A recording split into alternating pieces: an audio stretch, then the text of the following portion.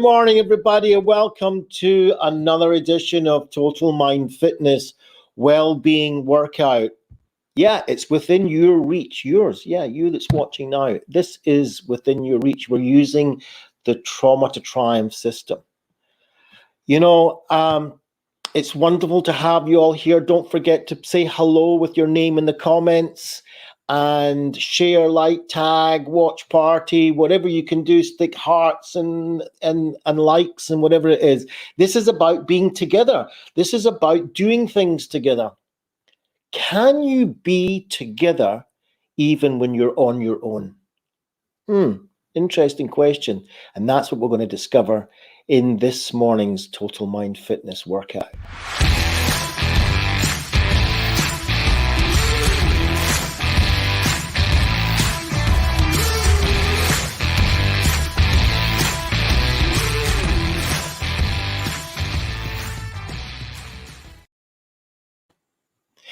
There's a really nice old gentleman. He's 100 years old. He's well known as Captain Tom. Then he was promoted to Colonel Tom, and now he's either referred to as Sir or Captain Sir Tom or Colonel Sir Tom, as he's just been recently nominated to be knighted. But one of the interesting thing he says, and he's raised nearly £40 million if you include the gift aid that he will get for the £30 million that he's raised. One of the important thing he said is that there is a serious problem with loneliness. And you know, he's never far from the truth. This is absolutely a serious pandemic today. There's not just a corona pandemic, there is a loneliness pandemic. People feel that they have nobody to be with. And that doesn't matter whether it's a physical being with or any sort of being with. Sorry, I'm just getting a call coming in. Trying to stop that. So can we be together even though we're not physically with somebody? Well, we've got an example of it here right now.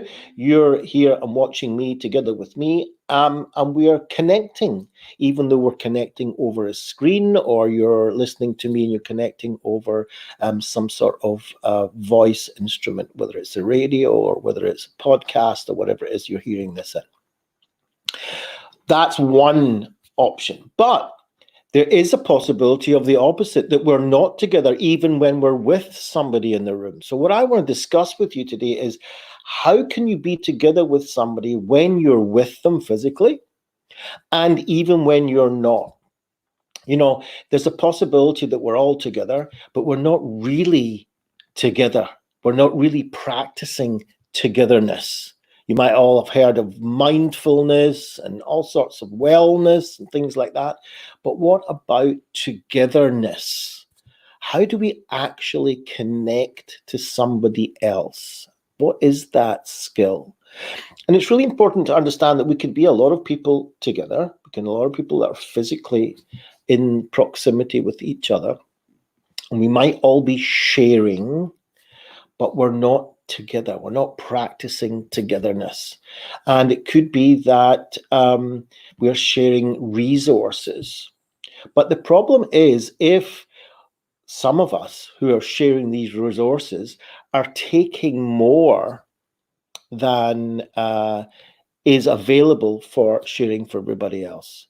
And the more that we take and take and take of the common resource, the less there will be for going around everybody else. Now, that might sound okay for me because I'm taking what I want, but at the end of the day, the resource will deplete and not be available, not for me or not for anybody else. But if we allow the resources to replenish, and that we share them in a togetherness way, taking care of ourselves and taking care of the resources, having a togetherness not only with other people, but with the resources that we're using, then there's a much higher chance that these will be sustainable resources. And these resources can be physical resources. So we can be talking about the resources of the planet, right? We can be talking about the resources of water. If I take more water than anybody else from the well, then the well is going to dry up, and I'm not going to be allow it to replenish, and therefore not only will not everybody else not get any more water, but neither will I. If I'm fishing in a pond and there's a certain amount of fish, and it takes these fish a certain amount of time to replenish, and we all decide that we're going to take one fish a day out of the pond, and I decide, you know what, I'm going to take 3 fish a day out of the pond. So eventually I will be taking the resources away from other people. I will be flourishing for a bit, but because I'm taking more than the resources can replenish, then eventually the pond will dry up and there'll be no more fish, not for me or for anybody else. This might sound familiar to you from a biological aspect, because this is also a biological possibility, that there will be cells in a body that decide, for whatever reason, that they are going to take more resources than the other cells. And I'm not talking about the naturally shared resources. Our brain takes more resources than others, but I'm talking about particular cells who are now taking the vast majority of the resource and not sharing it with the other like cells. And we know this to be a growth of a tumor, cancer. Cancer is a greedy cell, if you like, taking the resources and growing and growing and growing on the account of the others. And eventually, because it's now put the whole equilibrium out of sync, eventually kills the body. And so therefore that cell doesn't have any more resources, and neither does anybody else. So it's about creating togetherness. Togetherness is a spiritual thing as well as a practical thing, as well as a physical thing. And it's really, really relevant to these days. These days when we are, a lot of us are disconnected, not only from ourselves, but they're disconnected from our loved ones because of the restrictions that we're under. And so we need to learn to cultivate this togetherness. And we can do this, first of all, by being together with me, with myself. And although it sometimes sounds a little bit hairy-fairy, funky-dunky kind of stuff, our brain responds to this in a very useful and healthy way. So first of all, if we just do this with me right now, is put your 2 feet on the floor and just kind of settle into where you are right now and start being aware of where you are, being aware of what you're doing right now. So if you can manage to stop for a minute and just place your feet firmly on the floor, push them down a little bit, feel that chair. If you've got a chair behind you, you're sitting down on it, and you just become aware of your body, aware of taking up a particular amount of space in the area that you are in, the room that you're in. You're filling that space with you. And just have a look around you and kind of orientate yourself from that relationship between yourself and the rest of the space that you're in. Okay, see that connection between you and the room. Have a look around. See all the different things that you can spot in the room. See if there's even anything that you've not even noticed before. Maybe a particular color you haven't seen in the room before. Whatever it is. And this is not to be taken for granted, because there's mechanisms in our brain that allow us to feel orientated within the room. If there was something wrong with that part of the brain, we might not even see or feel that we have boundaries in our body, that we can see where our body ends and where the rest of the space in the room begins. This is a brain mechanism that we need to be appreciative of, that there is such a thing. And if that went wrong, we wouldn't even be able to feel our own presence in the room. Use those senses. Use your ears for a minute to see if you can recognize any sounds.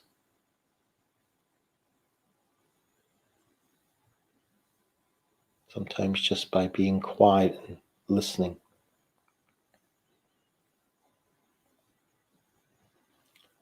Our hearing can become sharper as we focus on it.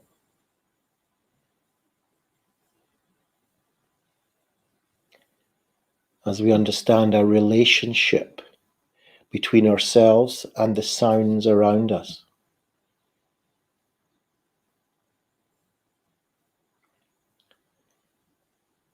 We are influenced by the sounds.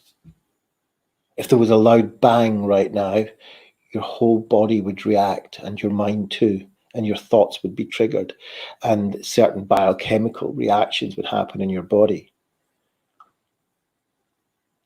So let's appreciate the relationship that we have even with sounds.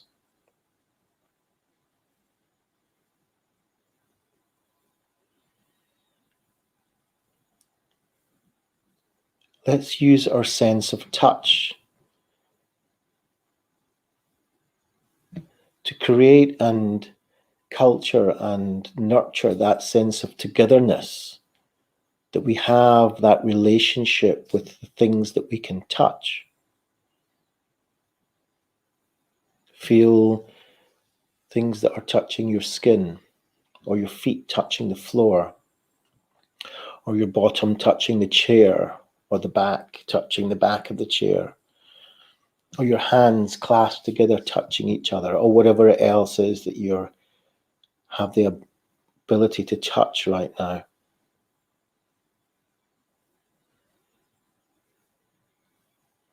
We have a continuous relationship with touch that we sometimes take for granted. In fact, probably most times take for granted.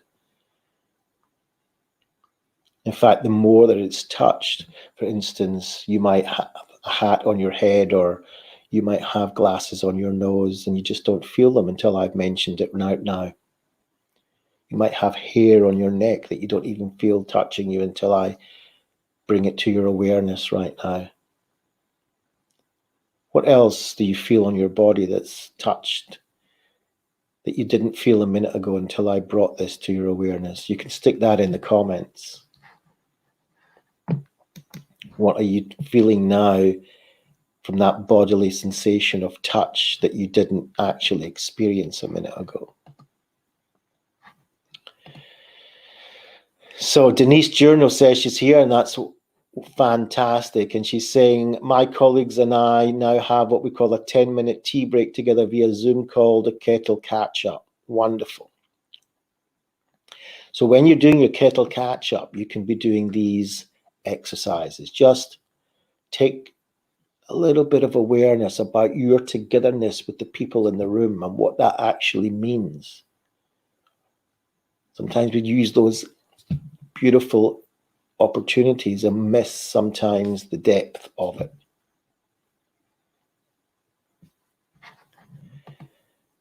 Jack Hodari saying, good morning, great to see you, wonderful. And this is about cultivating the togetherness through this medium. So say, hello, say where you're coming from, what's on your mind right now. Let's cultivate this togetherness between us. It's about having intention of connection.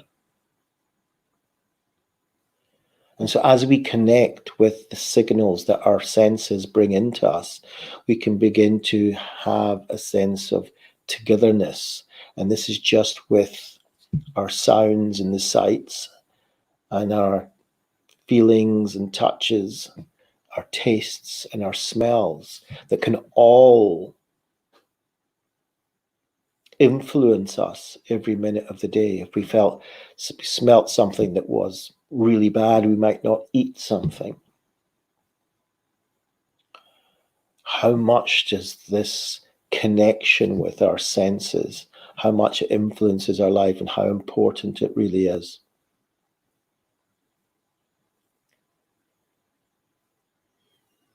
And from there we can start cultivating this togetherness outwardly. Even if that person that's really important to you is not right in the room with you now, we can cultivate within us that feeling of togetherness. We can think about them, and we can appreciate that they are probably thinking about us too. The fact that I mentioned Jack Hodari's name in Jack Hodari's head right now, he knows that I am referring to him. And so therefore I am thinking about him. The same if I mention Denise Journal. It cultivates that connection just from mentioning their names. But I also know that they are now thinking of me. And so I'm cultivating a togetherness in their minds and in mine. And that sense of togetherness brings us to a point where loneliness just fades away. Because I know they're thinking and concerned about me and I them. And that can be whether we're in the room together or we're on other sides of the world. Try it. Bring up inside you somebody that's really important to you. It might even be from a long time ago. An experience that you had with somebody important to you. An experience that brought that sense of love and togetherness. That sense of connection.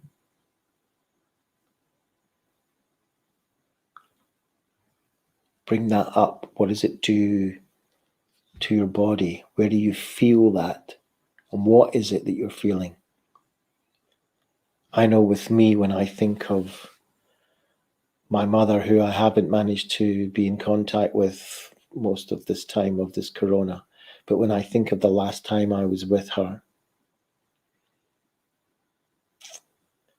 and we sat together and we hugged,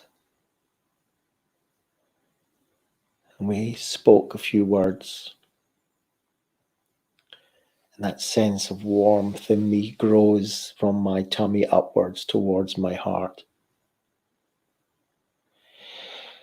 I get a kind of smile on my face. It's an inner smile as well as an outer one.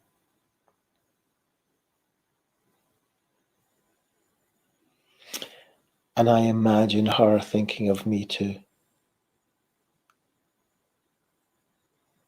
Even if we miss each other, the fact that we're thinking of each other, we are connecting, we're experiencing togetherness.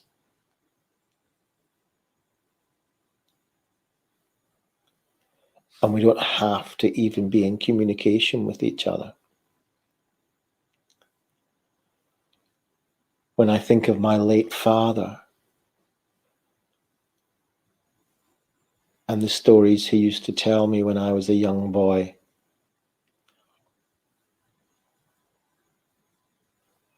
again, that creates a sense of warmth in me, a sense of joy, even though he's no longer with me anymore. But there's a sense of togetherness with him.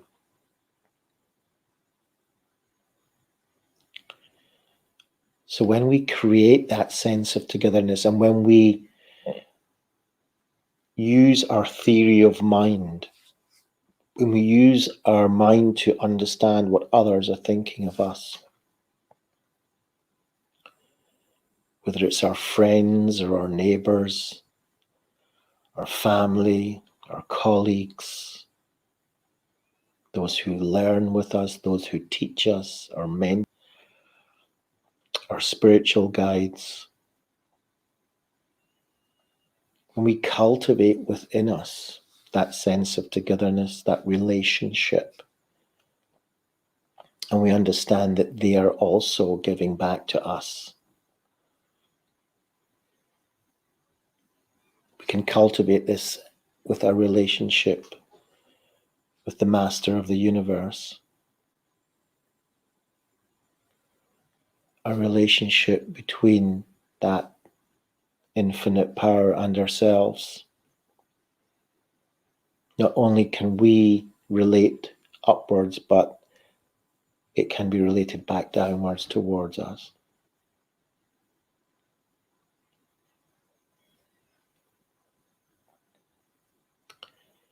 And as we go about our daily business, we can consider and have gratitude for the togetherness that we have with those around us. And we can examine our behavior with regard to that togetherness. This course that we're doing now is about the T.R.I.U.M.P. system. It's about transforming our behaviors and our habits in order to create a higher quality life for ourselves. And what we're talking about is the T in habits. It's that cultivation of togetherness. And the more that we can transform our behavior and change our behavior and create habits of usefulness and leave behind the habits that are not in our best interests in the long term, that cost us too much, the more that we become consciously aware of our decisions and not just have that habitual behavior that's generated by an impulse without any or very little conscious thought.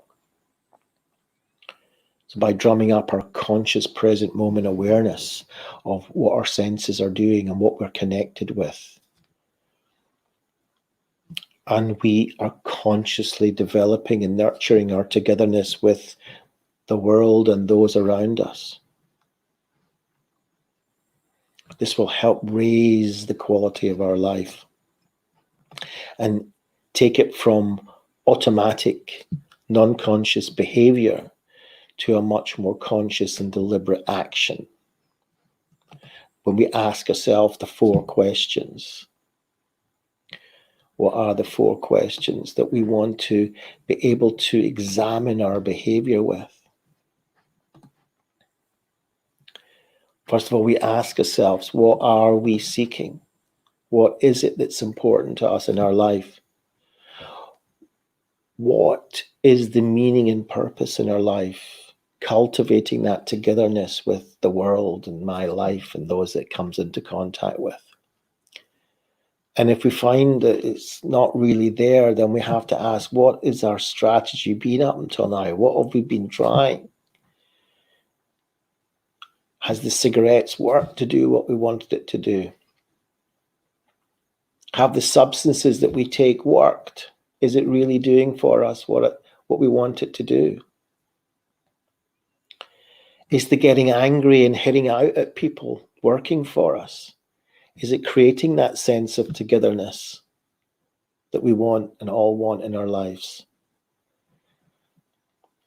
You know, is locking ourselves in the room and not coming out and not talking to anybody, is that working for us to create that togetherness and high quality in our life? Is the strategy that we've been doing up until now working for us in the long term?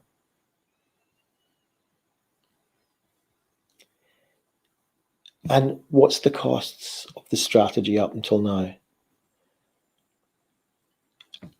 are the costs in the currency of togetherness. In other words, the way that we act and behave is costing us the togetherness currency. It's costing us the relationships between the world and us, between other people and myself. That's a very expensive cost. For if I am just for myself alone, and I just take for myself alone, in the long run, there'll be nothing left, not for anybody and not for me. So we examine ourselves. What brings us purpose and meaning? If we're seeking togetherness, what have we tried in order to cultivate that togetherness? Is our behavior working for us at the moment? Is it doing what we want? And what is the cost that it's really costing us at the end? So what we're talking about is building a trauma to triumph system. We're going through a lot of trauma. We're going through a lot of distress.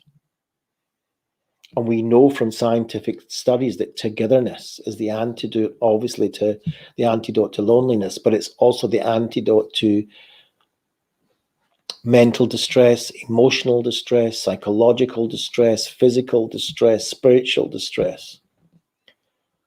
We create relationship, we create togetherness, we create that bond between me and the world and those around me. It doesn't come without effort. And as we use this T.R.I.U.M.P system to transform our behavior and habits, then hopefully we will increase the chance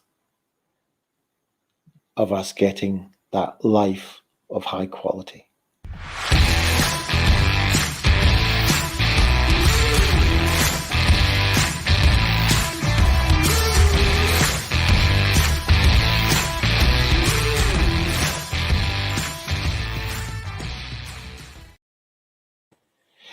Thank you for joining me today on the It's Within Your Reach T.R.I.U.M.P system of a total mind fitness well-being workout. It takes effort, it takes contemplation, it takes time to get into this. You can re-watch this on the replay again and again and again. We've got another 14 behind us that we've been since we've started this program. We've got lots and lots and lots of material to cover. Keep coming in, keep doing the work. Have a great day. See you tomorrow.